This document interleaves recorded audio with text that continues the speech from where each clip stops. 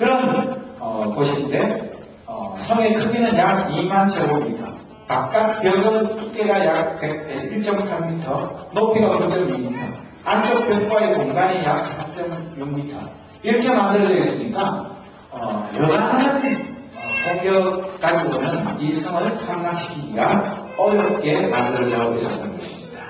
그래서 이미 이스라엘 백성들이 공격하기 전에 이 성에 사는 사람들은 이스라엘 자손들을 두려워하는 공포에 사로잡혀 있었습니다. 그것이 1절에 보면 여호성 사람들은 이스라엘 자손들을 두려워하여 성문을 굳게 닫아버렸습니다. 아무도 성 안으로 들어가지 못했습니다. 이렇게 꽁꽁 걸어 잠그고 있기 때문에 정말 어떻게 해볼 방법이 없었습니다. 그 전에 정탐꾼을 보냈을 때 그 기생 라합은 정탐꾼들에게 그 여리고성 사는 사람들이 지금 어떤 심리적인 상태에 있는지를 말하고 있었는데 그것이 여호수아 2장 9절에서 11절 말씀에 보면 어떻게 기록되어 있습니까? 나는 여호와께서 이 땅을 당신들의 백성에게 주셨다는 것을 압니다. 우리는 당신들 때문에 매우 두려워하고 있고 이 땅에 사는 모든 사람들도 당신들을 무서워하고 있습니다. 우리가 무서워하는 것은 여호와께서 당신들을 도우셨기 때문입니다. 우리는 당신들이 이집트에서 나올 때 여호와께서 홍해의 물을 마르게 하신 사실을 들어서 알고 있습니다. 또 당신들이 요단강 동쪽에 살고 있던 아모리 사람들의 두 왕 시온과 옥을 물리쳤다는 사실도 알고 있습니다. 이 모든 이야기를 들었을 때 우리는 너무나도 무서웠습니다. 지금 이 성 사람들은 당신들과 싸우는 것을 두려워하고 있습니다. 그것은 당신들의 여호와 하나님께서 위로는 하늘과 아래로는 땅을 다스리는 분이심을 알고 있기 때문입니다. 그렇게 말했습니다. 이미 심리전에 있어서는 이스라엘 백성들이 방송을 하고 공작을 하고 그럴 필요가 없이 그 좋은 입지 조건을 가지고 있는 여리고성 사람들이 잔뜩 겁에 질려가 있는데 그 이유는 이스라엘 백성들과 함께하는 하나님이 자기들이 싸울 수 있는 상대가 아니라는 것을 너무나 잘 알았기 때문에 자기들이 싸워서 이길 수가 없구나. 그런 두려움에 사로잡혀서 성문을 걸어 잠그고 꼼짝을 하지 않은 것입니다. 그리고 여호수아 5장 1절에 보면 이처럼 여호와께서는 이스라엘 사람들이 강을 건널 때까지 요단강을 마르게 하셨습니다. 요단강 저쪽에 사는 아모리 사람들의 모든 왕들과 또 지중해 가까이 사는 가나안 왕들도 그 이야기를 듣게 되었습니다. 그들은 그 이야기를 들은 후 몹시 두려워했고 이스라엘 사람들과 마주치는 것을 너무나 무서워하게 되었습니다. 이미 이 심리전에서는 싸움이 끝났습니다. 그러나 실제로는 그 성을 점령을 하려면 그 사람들이 두려워한다고 해서 문을 열어주지는 않기 때문에 공격을 해서 그 성을 점령해야 하는데 여러분들이 생각할 때는 어떻게 하면 이 이중 성별되어 있는 남북군락의 요새를 공격할 수 있겠습니까? 옛날에 무슨 남한공주와 호동왕자와 평강공주 얘기 나온 것처럼 누가 안에서 문을 안 열어주면 담을 넘어가지고 공격을 할 수가 없습니다. 화살을 쏠다하더라도 그 안쪽에까지 도달하기도 어렵습니다. 이러지도 저러지도 못했는데 하나님은 전혀 예상 밖의 공격 명령을 내리셨습니다. 그것이 어떻게 되어 있습니까? 우리가 여호수아 6장 3절 5절 말씀을 같이 한번 읽어보겠습니다. 하루에 한 번씩 여리고성을 너희 군대와 함께 행군하며 돌아라.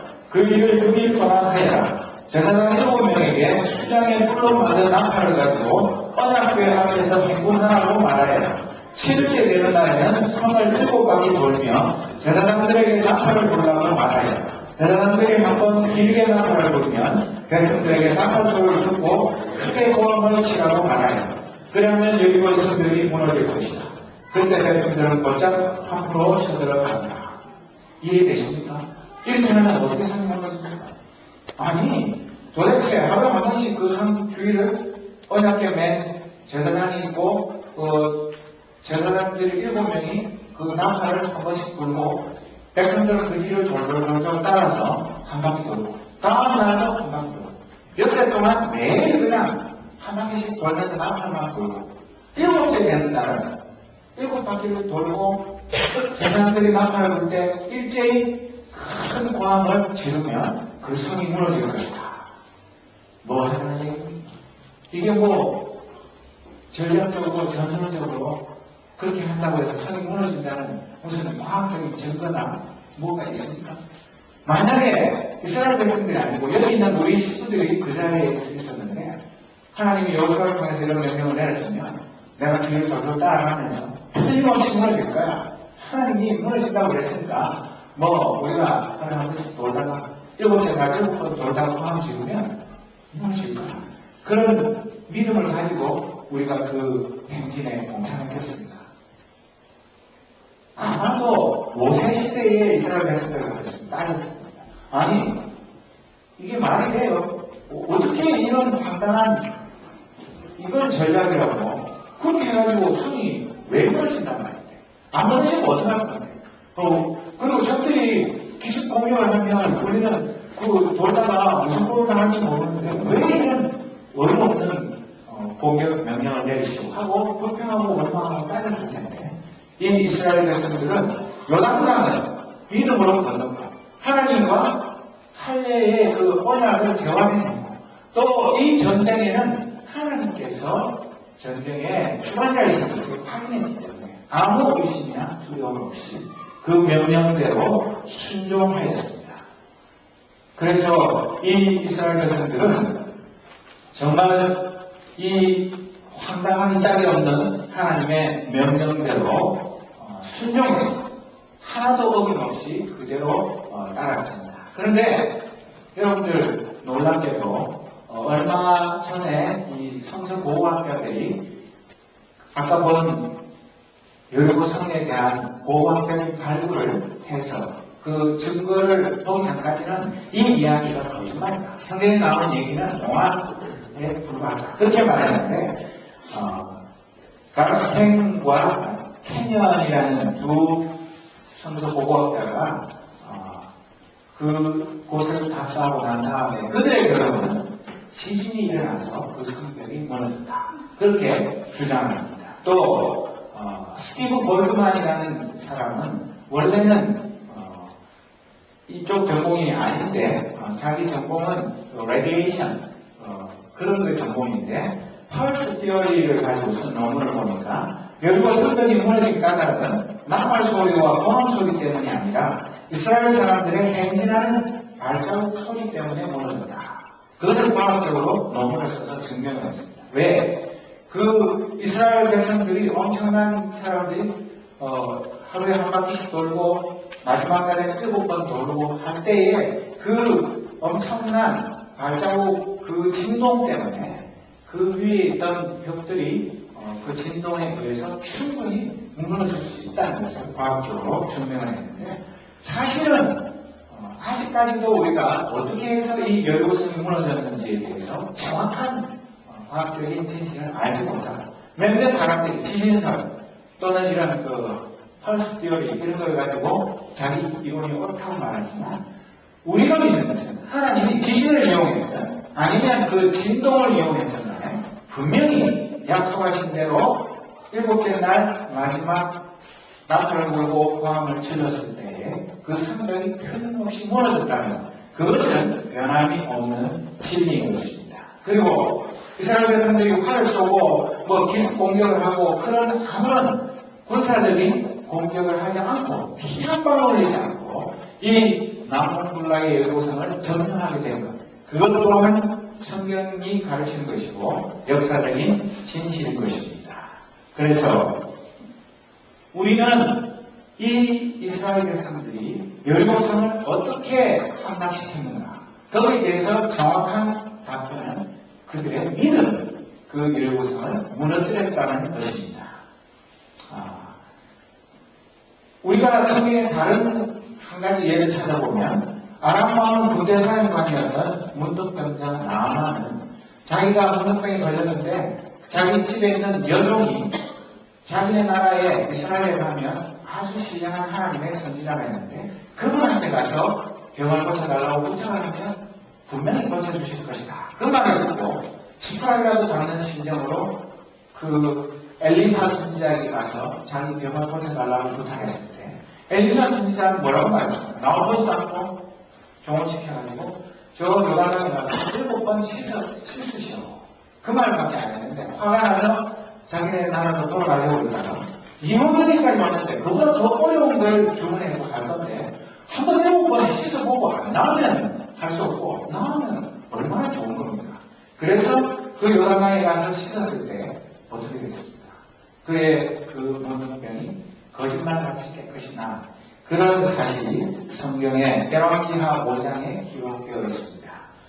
이것을 여러분들 황당한 옛날 이야기, 믿거나 말거나 이야기가 아니라 하나님의 말씀에 순종하는 믿음만 있으면 문둥병이든 전쟁이든 어떤 일이든 간에 하나님께서 놀랍게 기적적으로 우리의 삶 속에 찾아오셔서 간섭하신다는 그것을 우리는 알 수 있는 것입니다. 여러분, 하나님께서 아브라함을 불러서 택한 민족 삼으시고 난 후에 이 이스라엘 백성들이 여리고성을 공격할 때까지 그 긴 세월에 하나님이 단 한 번이라도 이스라엘 백성들을 괜히 골탕 먹이려고 괜히 빈말을 하거나 마음에 없는 이야기를 해서 이스라엘 백성들이 하나님 말씀에 순종했다가 실패한 경험이 단 한 번이라도 있었습니다. 우리가 예수 믿고 난 다음에 지금까지 엄마 뱃속에서부터 믿는 사람도 있고 믿은 지 얼마 안 되는 사람이 있지만 여러분들 가만히 생각해 보십시오. 하나님의 말씀대로 순종했다가 내가 손해보고 엄청난 낭패를 당하고 그래서 하나님을 못 믿겠다. 그런 경험을 가지고 계신 분이 있습니까? 하나님의 말씀에 온전히 순종을 못해서 그렇지 그 말씀대로 살기만 하면 틀림없이 하나님께서는 약속을 이루어 주시는 분이신 것을 우리는 경험을 통해서 알고 있는 것입니다. 이스라엘 백성들이 하나님의 말씀에 순종해가지고 그 말씀대로 다 따랐을 때에 히브리서 11장 30절에 보면 한 줄로 요약을 하는 믿음으로 이스라엘 백성들이 여리고성 주위를 7일 동안 돌자 성은 무너졌습니다. 그렇게 기록되어 있습니다. 그냥 반신반의하면서 못 믿어서 되나 안 되나 보자 그런 것이 아니라 100% 하나님의 말씀을 신뢰하는 마음으로 그 말씀대로 순종했을 때에 그 견고한 성벽이 무너진 것입니다. 그런데 여기에서 또 한 가지 우리가 생각해 보아야 할 것이 있습니다. 많은 휴머니스트들이 이 성경 본문을 가지고 우리 예수 믿는 사람들 하나님을 공격합니다. 조금 전에 읽은 말씀을 보면 이스라엘 사람들은 성 안에 살아있는 모든 것을 다 죽였다. 그들은 남자와 여자, 젊은이와 노인을 죽였다. 그들은 소와의 함께로 나귀들을 죽였다. 6장 21절에 기록되어 있는데 아니 죄도 없는 어린 애들하고 나이 많은 노약자들까지 다 죽였다. 거기에 있는 짐승이 무슨 죄가 있는데 짐승까지 전부 다 하나님 죽였다. 와 하나님 진짜 잔인한 하나님이에요. 인정사정은 없는 진짜 끔찍한 하나님이에요. 신약성경에 예수님이 말하는 사랑의 하나님, 자비와 긍휼이 풍성하신 하나님하고 구약에 여기 나오는 하나님은 전혀 다른 하나님이에요. 그렇게 생각하면서 이 구약의 이 인정사정 없는 하나님은 우리가 따르지 말고 예수님이 말씀하시는 그런 사랑의 하나님만 우리가 믿어야 한다. 그런 식으로 자기 멋대로 주장하는 사람들이 있습니다. 그러면서 자기야말로 인도주의자, 자기야말로 양심적인 사람이라고 착각하는 사람들이 많은데 그렇지가 않습니다. 이렇게 한 것은 하나님의 분명한 뜻이 있고 이유가 있습니다. 성경 말씀을 잘 읽어보아야지 요것만 보고 하나님을 비난하는 것은 아주 코끼리 코나 다리만 만져보고 내가 코끼리 다 안다고 말하는 사람보다 더 어리석은 사람입니다. 왜냐하면 신명기 20장에 보면 전쟁에 관한 율법이 기록되어 있는데 20장 16절에서 18절 말씀 우리가 한 절씩 교독을 해보겠습니다.